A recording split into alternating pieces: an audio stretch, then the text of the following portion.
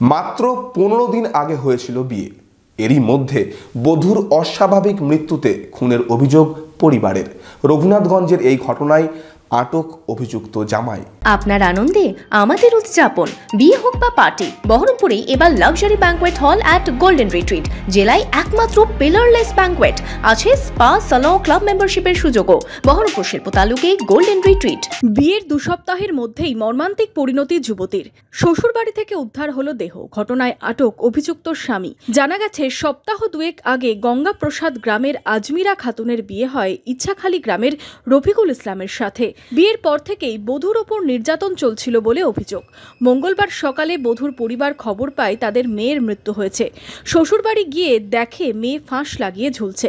পরিবারের দাবি আত্মঘাতী নয়, খুন করা হয়েছে বধূকে। আমি দেখছি তো শুয়ে আছে, মেরে ফেলেছে বলে একবার বালিশে রক্ত তো ভইভান হয়ে আছে। কারণটা কি? কারণ মাঠ কারণ তো থাকবে কি কারণ এখন তো কাল ছেলেকে দিনে মেরেছে, ওর ছেলেকে ধাক্কা দিয়েছে, রাতের মধ্যে মেরে ফেলেছে। আমি 3-4 দিন নজর শুনেছি।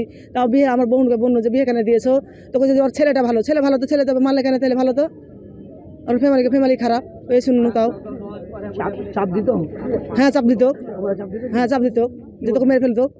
রাতে বলেছে মেরে ফেলবো তোকে, রাতের মধ্যে ফোন করে বললে ওর দিদি রেখে যাবে, তোকে বলছে রাতের মধ্যে কে জানে যে মেরে ফেলবে, উপালিও আসেনি। পুলিশ মৃতদেহ উদ্ধার করে ময়না তদন্তের জন্য জঙ্গিপুর মহকুমা হাসপাতালের মর্গে পাঠায়।